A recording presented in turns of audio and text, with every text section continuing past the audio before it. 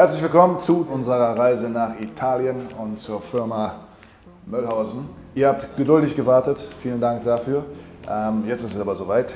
Wir schalten uns jetzt zur lieben Dominique Möllhausen. Die durfte ich interviewen und da könnt ihr jetzt gespannt sein. Also Film ab und andiamo.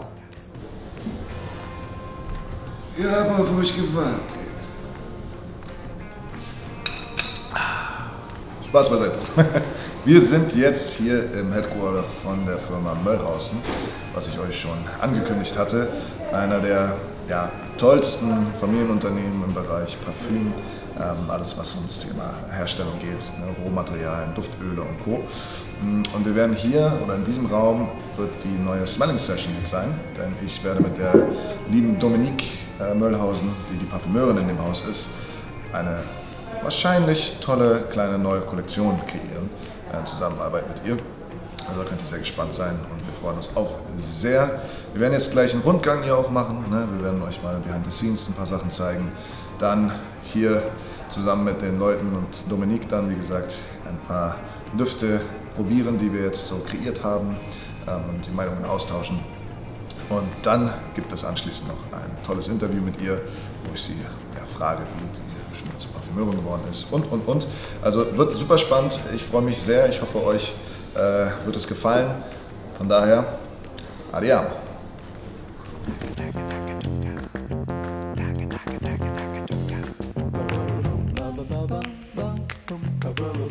Der gute Luigi gerade eben, den ihr gesehen habt, hat uns gerade mal erklärt, dass die Ware natürlich hier ankommt, die Rohmaterialien, ne?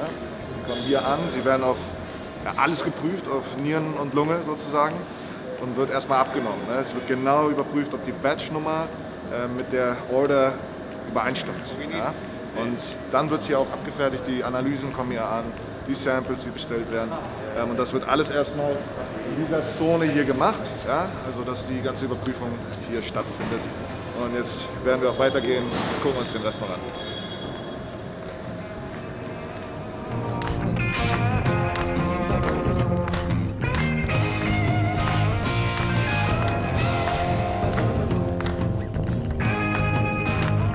Hier sind wir so ein bisschen in den heiligen Hallen. Ja, hier die ganzen Tonnen, sag ich mal, das ist alles rohes Material. Ja, also das kommt aus, wie gesagt, Italien, auch aus Rotterdam, aus Holland und Co. Hier ist es wirklich alles perfekt organisiert. Hier können sich die Mitarbeiter dann, wie gesagt, die Raw Materials einholen und so weiter und so fort. Wenn ihr das sehen, dann hier Meter hoch, diese Tonnen gestapelt. Alles natürlich genau organisiert mit den Batchnummern, ne? Wenn der Kollege dann kommt und muss sich das abholen, dass er dann sieht, okay, wo geht's hin, in die Welt raus. Also das ist höchst interessant und der Luigi, ich habe ihn gerade gefragt, wie viele Tonnen ungefähr stehen hier, hat er gesagt. Meint, weiß ich nicht, kann ich dir jetzt nachher nochmal sagen, aber so der Gesamtvalue liegt bei so ca. 30 Millionen Euro. Timo, wir holen jetzt mal den Truck und dann sammeln wir alles ein und dann mache ich Feierabend. Ja? Let's go.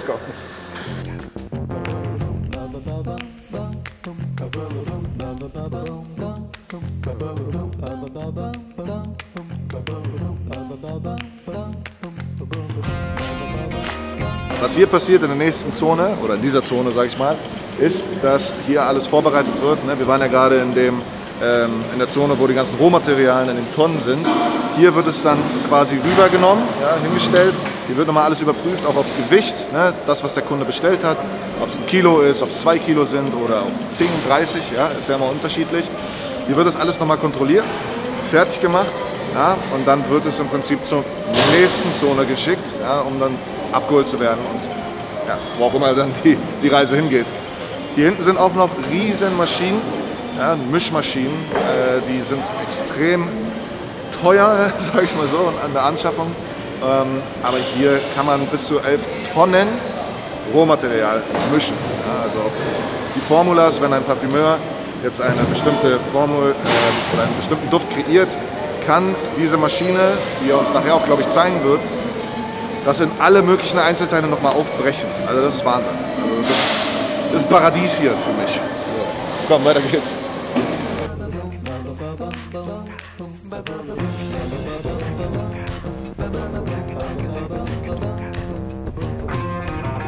Eigentlich der wichtigste Teil überhaupt. Das ist hier eigentlich die Schatzkammer.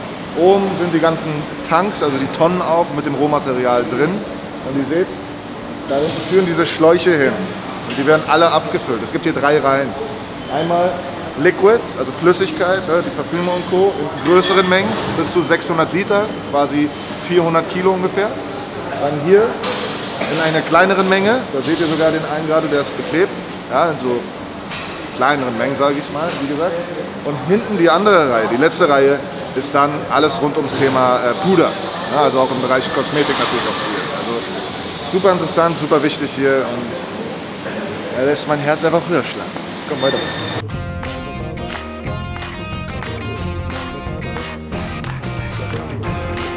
Wie gesagt, ne, das ist so die Abfüllungslinie im Prinzip. Diese Maschinen hier, es ist natürlich alles ein bisschen mehr automatisch automatisiert, aber ihr seht auch die Menschen hier hinter. Das ist aufgeteilt in Automatik und manuell. Ne? Also der liebe Kollege da hinten wiegt alles noch selber per Hand, ne? Wenn es vor allem so kleinere Drops sind.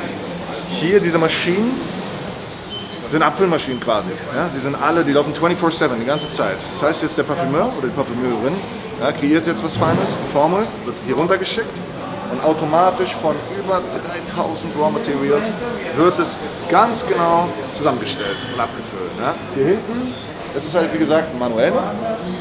Da ist der Kollege, guckt sich jetzt an, der kriegt die Formel, okay, alles klar, ich brauche Iris, ich brauche Sandelholz, ich brauche Rosen.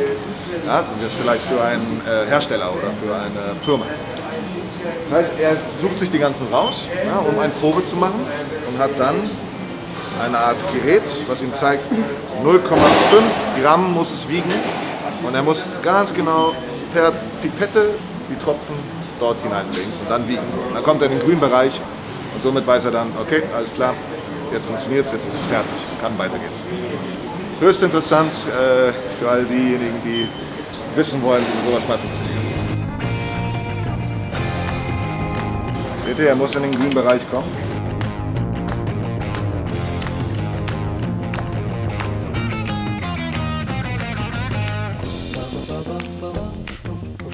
Hier oben sind wir jetzt natürlich, was ihr eigentlich gerade unten seht. Ja, hier sind die ganzen Rohmaterialien und die ziehen sich im Prinzip dann nach unten durch, ja, in diese kleinen Fläschchen und werden dann abgefüllt.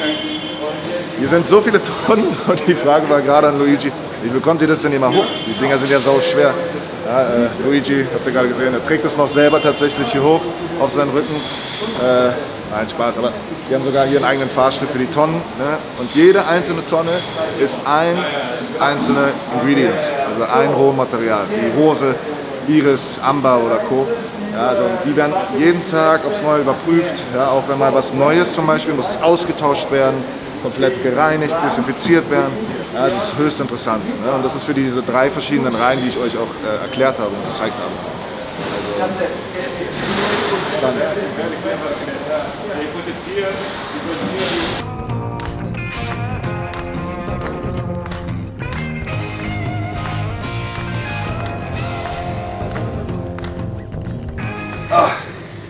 Hier mein persönliches Paradies, ja, das andere ist sehr technisch natürlich auch, aber die Orgel, wo hier alles stattfindet, die Parfümeur-Orgel, sagt man immer so schön. Ja, hier ist das kreative Zentrum der Parfümeure. Ja, hier arbeiten so um die 12 bis 13 Parfümeurinnen im Haus, von Junior bis Senior und Master natürlich. Und hier hat man die ganze Freiheit. Ja, alle Parfümeure, die hier arbeiten, von der Dominique bis hin zu einem Junior-Parfümeur, können sich hier kreativ austoben oder was Kunden natürlich sich wünschen oder. Und die sind alle, diese Rohmaterialien, aufgeteilt in die Duftfamilien, was ich euch ja auch schon mal erklärt habe. Es gibt ja sehr viele verschiedene Duftfamilien, ne, von zitrisch bis fruchtig und das ist hier auch eingeteilt. Ne, hier in Italienisch, ne, fresca, frutti, frutata, sì. Also wie Banane, ne, und Orangen und Co., die Aldehyden. Und all das wird hier dann produziert.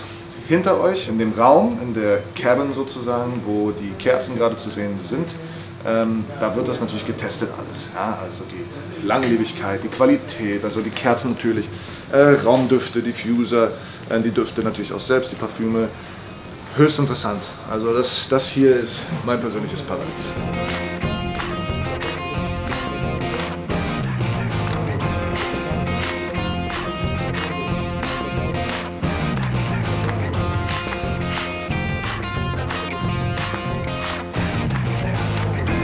Hier in dem Raum befinden wir uns eigentlich für die ganzen Analysen.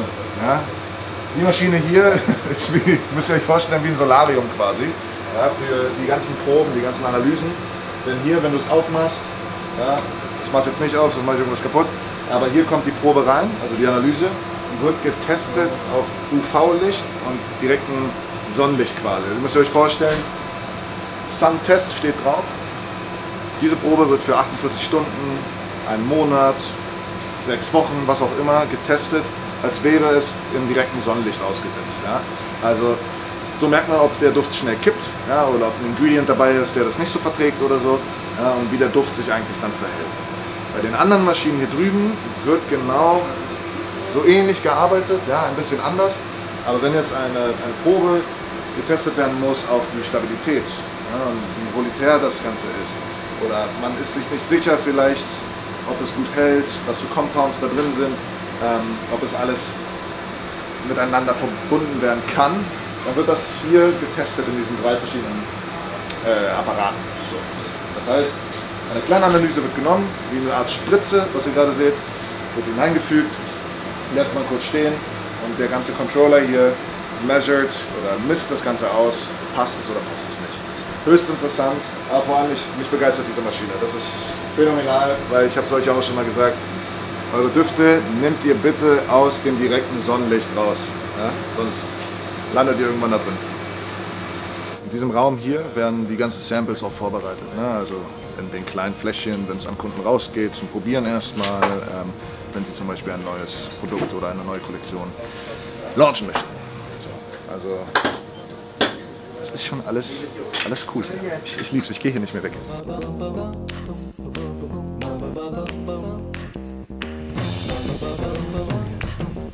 80.000 verschiedene Samples gehen hier über die Bühne jedes Jahr. Wahnsinn. Ist deine Wäsche hier aufgehangen oder was ist los? Ja, ich brauche frische Unterhosen. In dem Raum ist auch ganz cool, hier wird getestet, alles rund um die Kerzen, ja, wie gut der Wachs hält auch. Ne?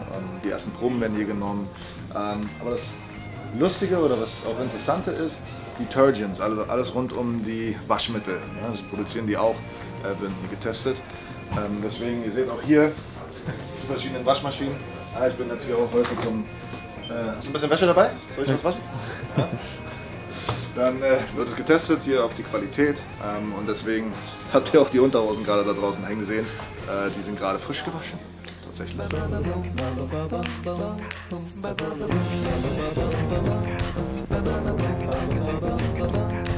So, hier auch nochmal Quality Control in der ersten Etage. Hier sitzen auch noch ein paar andere Parfümeure, haben ihre Büros hier, aber hier ist wirklich nochmal Quality Control, wo alles im Überblick ist.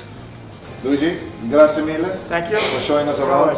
Fantastic, it was incredible. I think our viewers, they understand much more now how this is actually all working. Okay. And yeah, ready for this. Stay healthy and see you soon. Thank Bye bye. This was a great presentation. Thank you very much. Really, thank you very much. Thank you so much.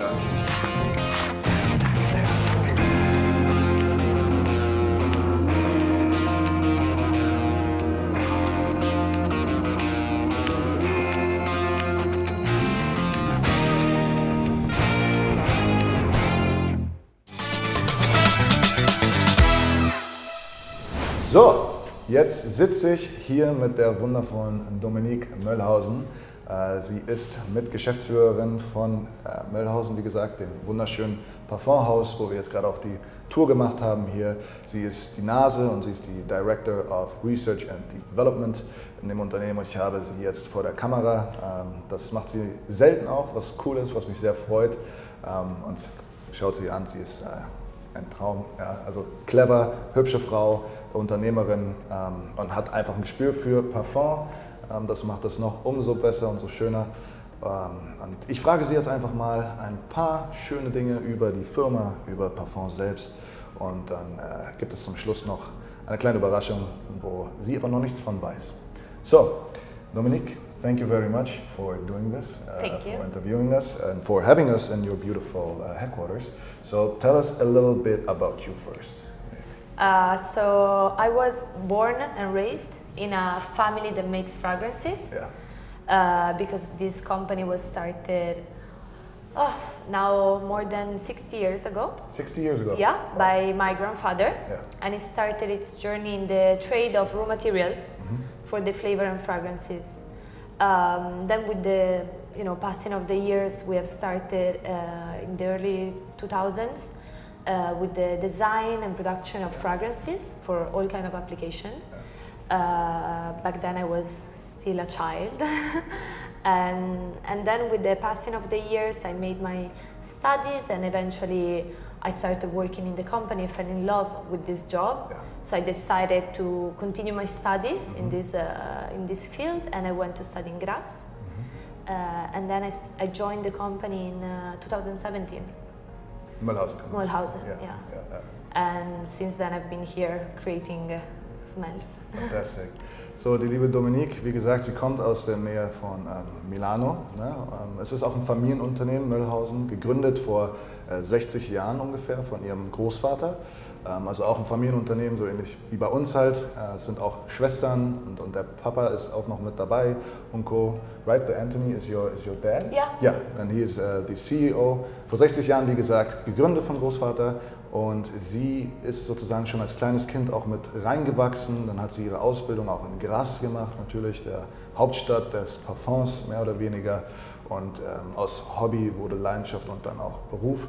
Und jetzt entwickelt sie wunderschöne Parfums. Und ja, das ist natürlich auch was viele beeindruckt. And you are very young still, right? Very. Very young. So. Extremely young. Extremely young. Sie ist noch sehr jung auch. And it's amazing how much you achieved already in this young age, basically. So, ja, Unternehmergeist wird belohnt und Hut ab schon mal an der Stelle. What is perfume to you? Life, everything. I think it's what guides me through life. I think that perfume define moments, define memories, define your mood. So perfume is it's everything in my life. Sometimes it can almost be recognized as an obsession. Like I smell everything. If I see a plant that I don't know what it is, the first thing I do is I go and I smell it. I smell people. I cannot even wear perfume because I keep on smelling it on myself. So perfume for me, it's really, it's life. It's a guidance through life. It makes me, it's a message. Also when people choose specific fragrances, it's their way of communicating something without words.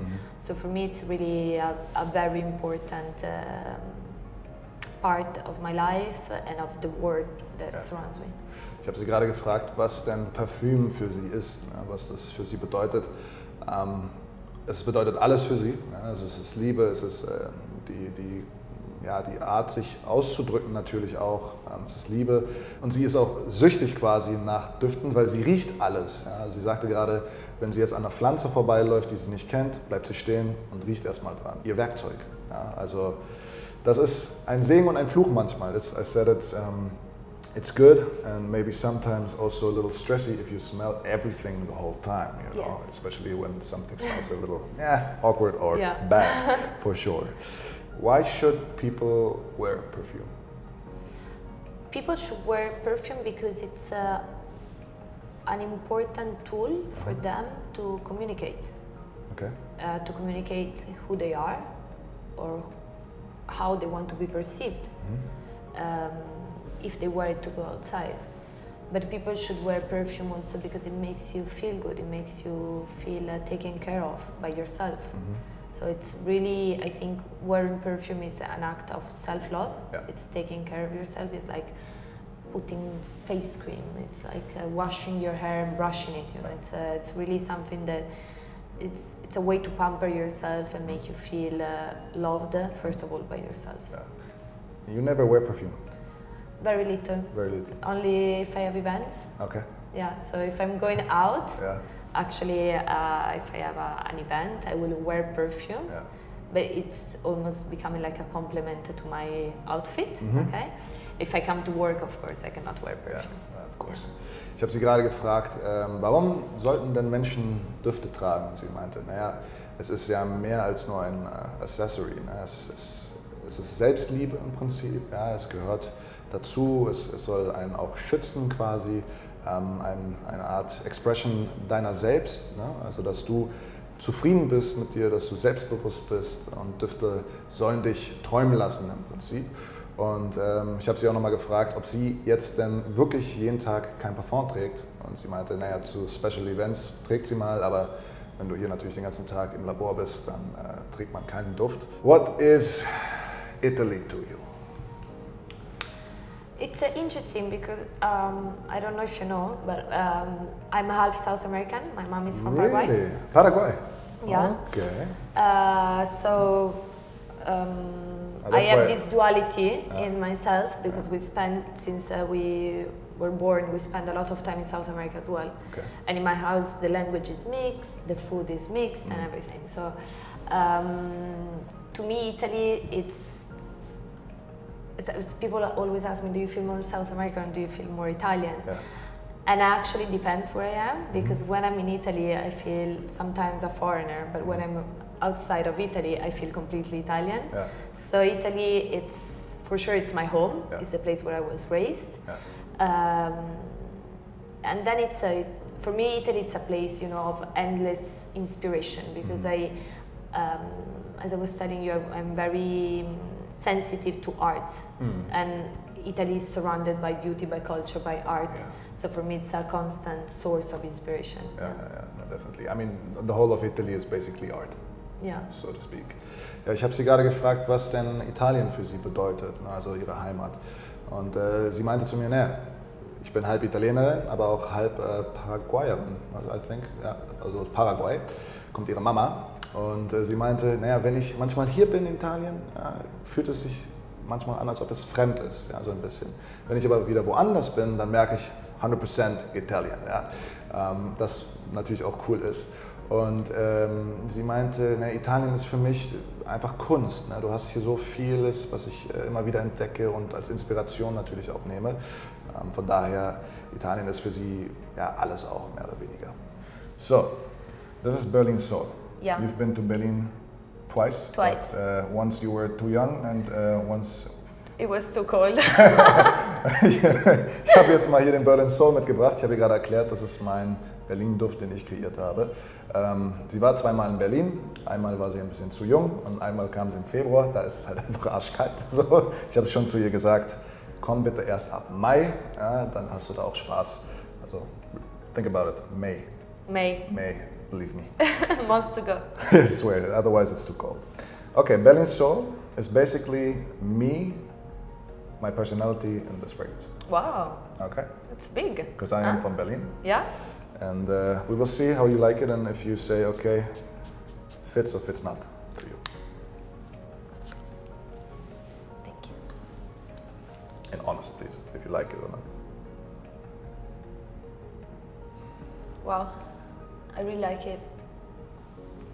I have I was telling you like a soft spot for oriental, woody, leathery. You have some leather in here as well, yeah. So would you say it suits me? Totally. I can see it suiting you, but I can see it also representing Berlin as a city, because I can smell a lot of personality, a lot of depth. Like, it's, we say, in Italian we say, a man that doesn't have to ask. Okay. A man that walks inside a room sure of himself, with a lot of, personality, with a lot of charm. Yeah. And I think this fragrance suits this kind of image. Okay, good. Whiskey inside in the top note, because I like a really good whiskey once in a while. And then it has cedar, sandal, iris, oud, leather notes, tonka bean, incense a little. So it's basically, it represents Berlin's nice face and it's the rough part, the underground, the music. I can see it. Yeah, and okay, so I can live with that. Yeah. Scala, if you have to rate it, 1 to 10. 10 is the best, 1 is the worst. What would you say? 10, of course. Okay, good. Yeah, you passed the test. Fantastic. No, but honest. No, I think it's very good actually. Yeah? Okay, good. So, ich habe sie gerade gefragt, von einer Skala von 1 bis 10, was sie Berlin Soul geben würde. 1 ganz schlecht, 10 ist super, sie ist sofort 10, ist klar. Nein, aber sie findet den wirklich gut und der passt anscheinend auch sehr zu mir. Ja, ich verliebe mich langsam in diese Dame, aber ja, I just said I'm slowly falling in love in you because you know it suits me. It just perfect. Okay. So, wir werden jetzt einen kleinen Spot-Change machen und zwar gehen wir dahin, wo wir vorhin auch waren bei der Tour und zwar in ihr Creative Lab. Also gucken wir genau da, wo sie am meisten Zeit verbringt, wo sie ein bisschen tüftelt und da gibt es ein Part 2. So, let's go. So, wir haben eine kleine Werbeunterbrechung an dieser Stelle und zwar bringe ich eigentlich euch den Dufttipp des Tages immer. Aber ich habe die wunderbare Dominique Möllhausen an meiner Seite und die wird euch heute einen Dufttipp des Tages empfehlen. So Dominique, do you have a fragrance suggestion for our viewers, maybe on how to wear a perfume or anything that comes up to your mind? That's actually, I think, a very good question. Yeah.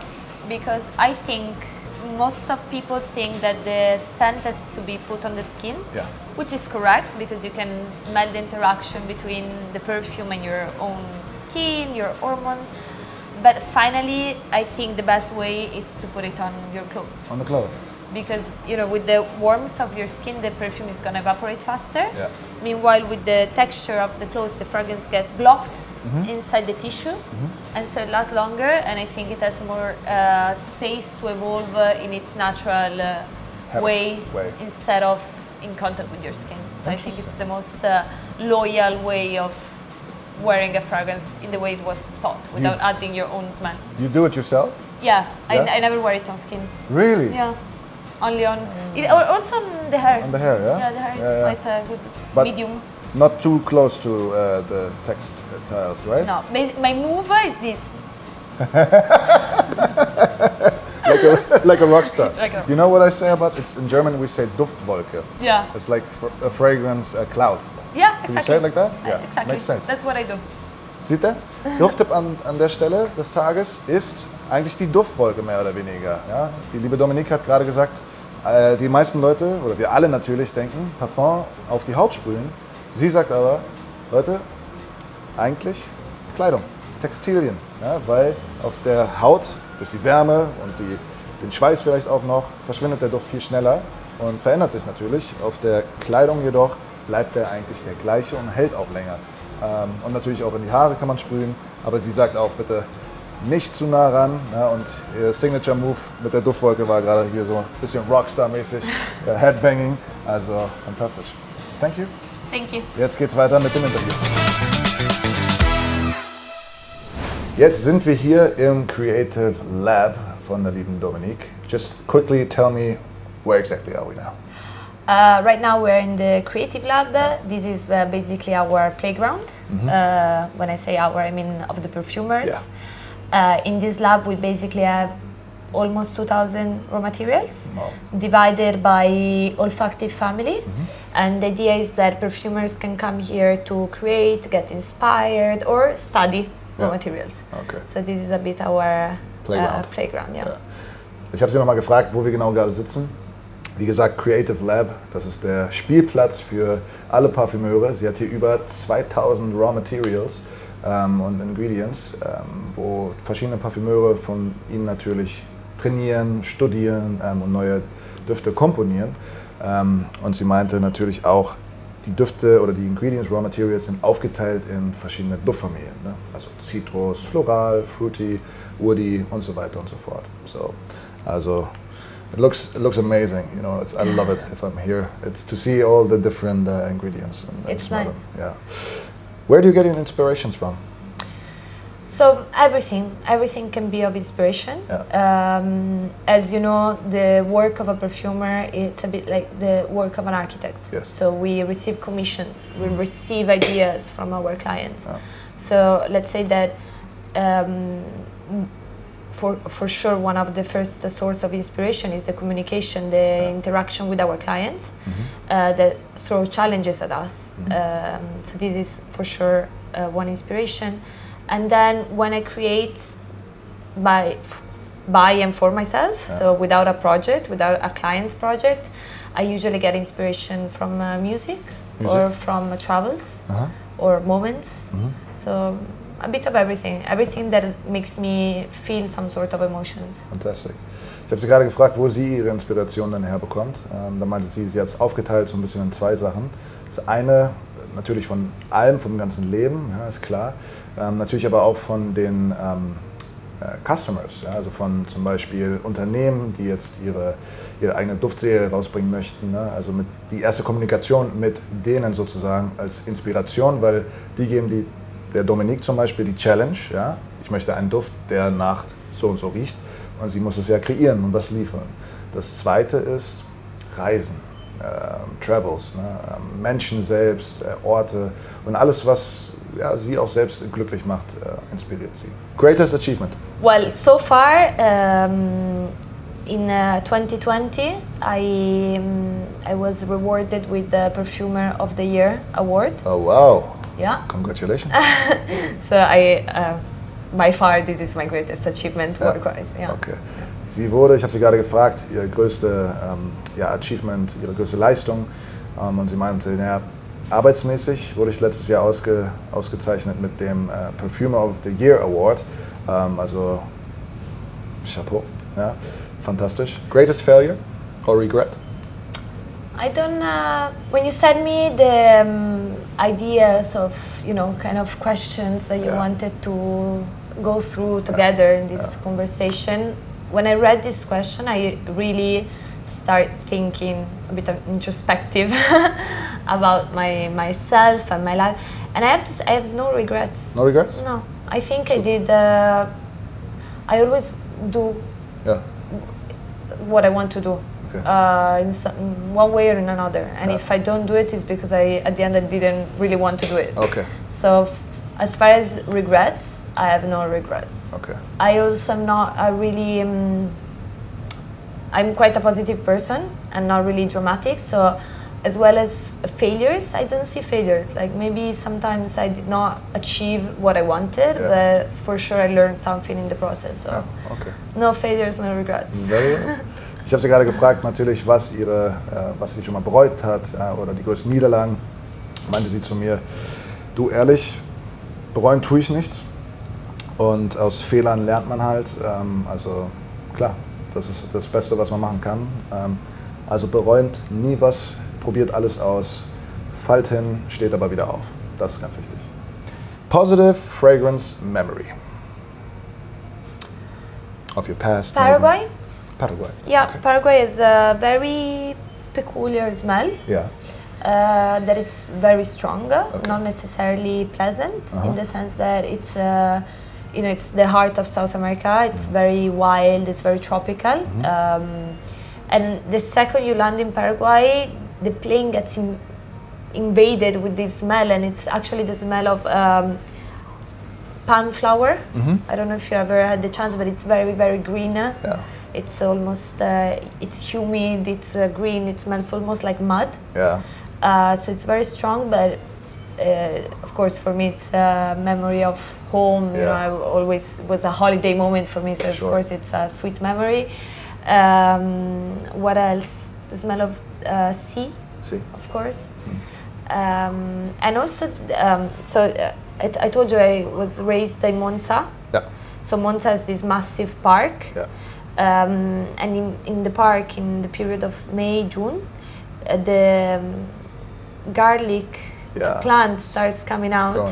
So this smell, it's really the sign that summer is coming, you know? Yeah, nice. Yeah, so that one, together with the cut grass, it's really brings good memories. It's beautiful. Yeah. Ich habe sie gerade gefragt nach ihrer positiven Dufterinnerung und dann meinte sie sofort Paraguay, also weil sie ja dort aufgewachsen ist auch. Ihre Mama kommt dort her. Das hat so einen ganz besonderen Geruch und den verbindet sie natürlich mit Kindheitserinnerungen. Sie meinte direkt, wenn ich aus dem Flugzeug steige, kommt dieser Geruch.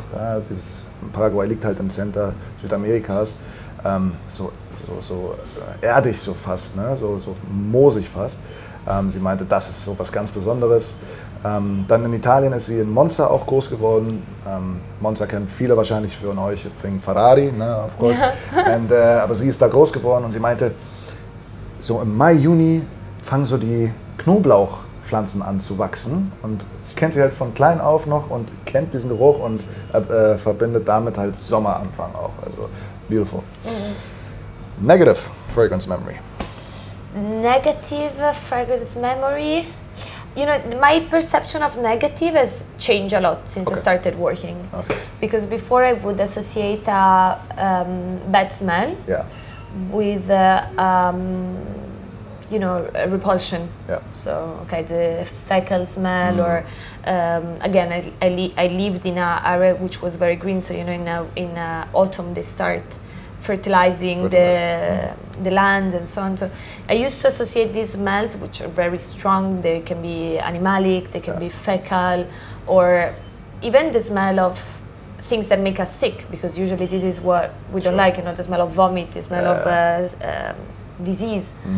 Death probably as well, huh? Exactly. So this smell, of course, they would be classified as bad smell, but something has changed a lot since I started even just studying in this field, and it's an interest.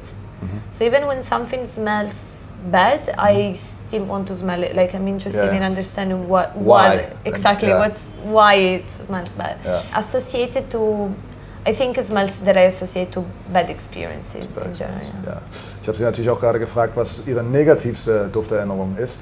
Und dann meinte sie, naja, pass auf, also wo ich hier angefangen habe zu arbeiten und mehr in die Tiefe gegangen bin, hat sich meine ganze Sichtweise geändert. Ja? Also was wir klassifizieren unter schlechten Erfahrungen oder Gerüchen, ja, Tod, Krankheit, Fäkalien zum Beispiel auch, das, was wir alle als eklig empfinden, sieht sie eher zum Beispiel auch so, okay, ja, verstehe ich warum, aber ich will auch wissen, wieso wird es eigentlich als eklig bezeichnet.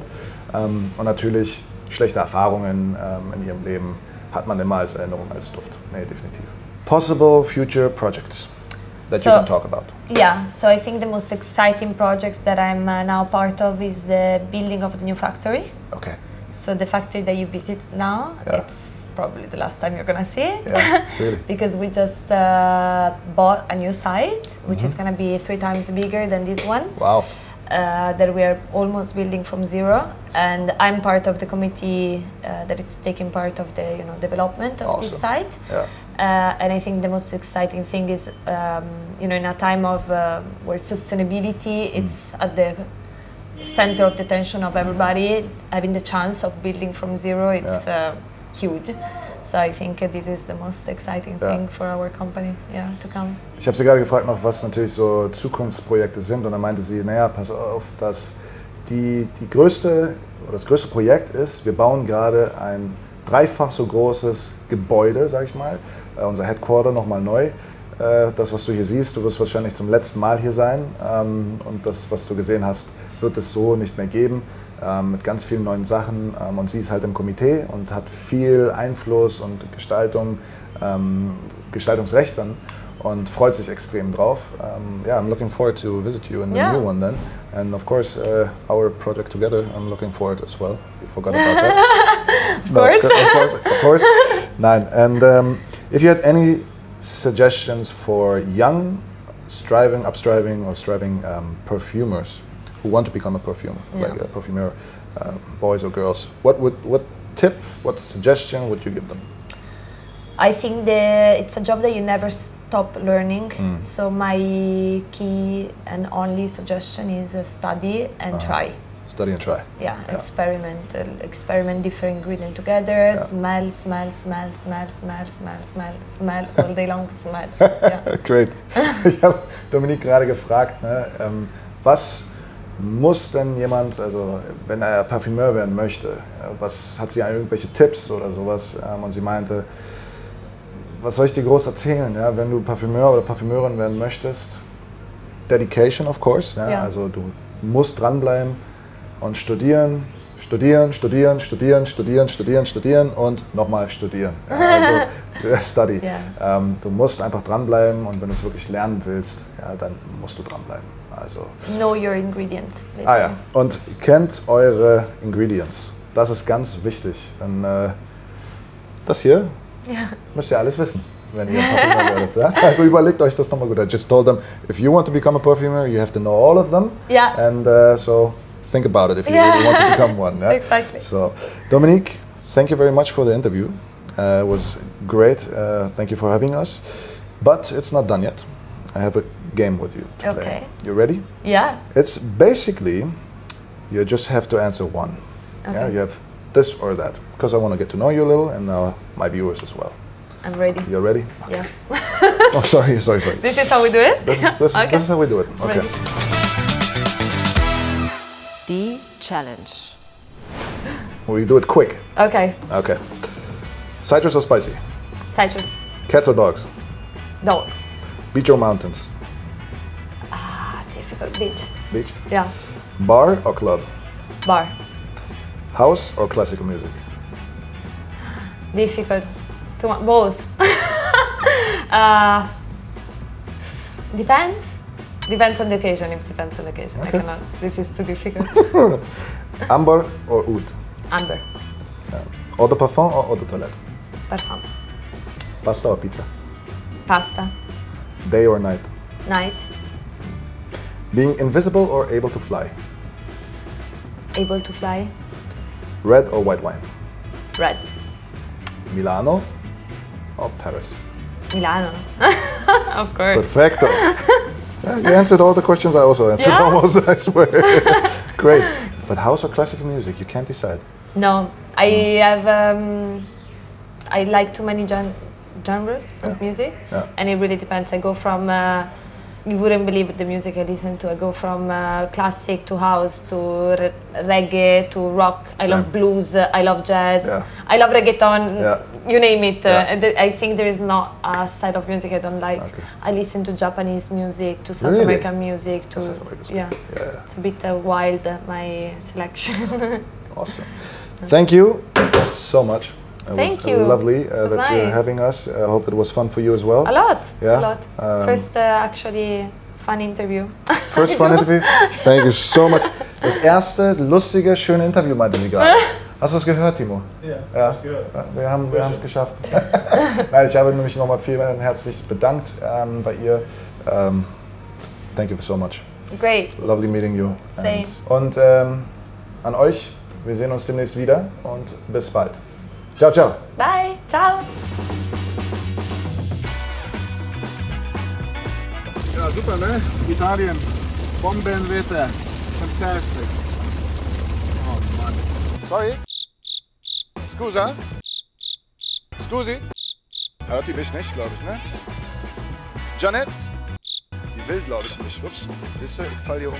10 is the best, 1 is the worst. Honest opinion. 8, I really like the smell for me. So. Ich habe mich zweimal schockverliebt und eine 7 und eine 8 bekommen. Also kann ich auch mitleben. Wunderbar. Also mir gefällt es hier in Portofino. Ich glaube, ich bleibe einfach hier.